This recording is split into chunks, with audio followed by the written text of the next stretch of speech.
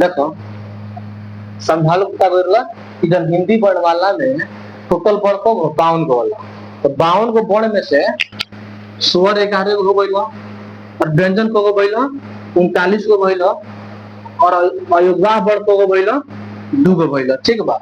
अब देखो जब स्वर वर्ण 11 गो होला ना, तो स्वर वर्ण भी 3 भाग में बांट देवल जाला। 11 गो जब वर्ण बा तो कौन कौन?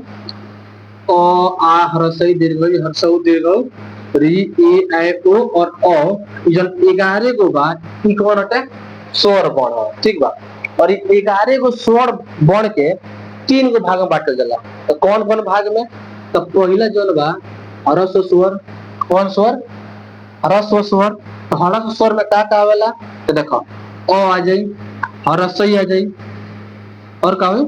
ह्रस्व आ जाई और री आ जाई। एकर मतलब का भाई?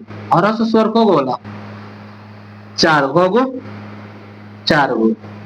बोलत काहे ना कुछ बोल। ह्रस्व स्वर को भाई 4 गो। तो दीर्घ स्वर भी को भाई 3 गो बाने। देखो कौन कौन?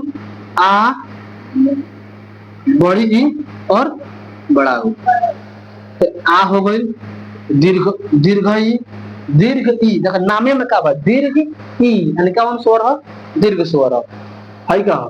दीर्घ ऊ मतलब बड़ा बड़ा ऊ। ठीक बा। अब देखो ये 3 गो, तो 4 गो ई भाई और 3 गो ई भाई, तो 4 गो 3 गो 7 गो भाई और ये 4 गो तरह स्वर बढ़ चाहिए। तो एगो जौन बाटे एगो संयुक्त स्वर होला। तो संयुक्त स्वर कब होला? 4 गो होला। ई ऐ ओ और औ। कौन स्वर है? संयुक्त स्वर। यानी जन स्वर वर्ण जन बा 11 गो होला। 11 गो 3 भाग में बांटल जाला। कौन कौन? एगो ह्रस्व स्वर, दीर्घ स्वर और संयुक्त स्वर। ठीक बा। तो क्वेश्चन पूछी ह्रस्व स्वर कौन कौन होते हैं? इसको निम्नलिखित में से कौन ह्रस्व स्वर होते हैं? तो ऑप्शन में देखो आ हो रही, आ रही, अ रही, ए रही, तीनों में से कौन ह्रस्व स्वर है? ह्रस्व स्वर जन बा अ हो जाए। ठीक बा। ऑप्शन में ये से पूछेला। तो 11 गो स्वर जन बा 11 का 3 भाग में बांटल गई। एगो ह्रस्व स्वर, दीर्घ स्वर और संयुक्त स्वर। ह्रस्व स्वर की संख्या 4 होती है, दीर्घ स्वर की संख्या 3 होती है और संयुक्त स्वर की संख्या 4 होती है। समझ में आयल कि ना आयल? आ गई।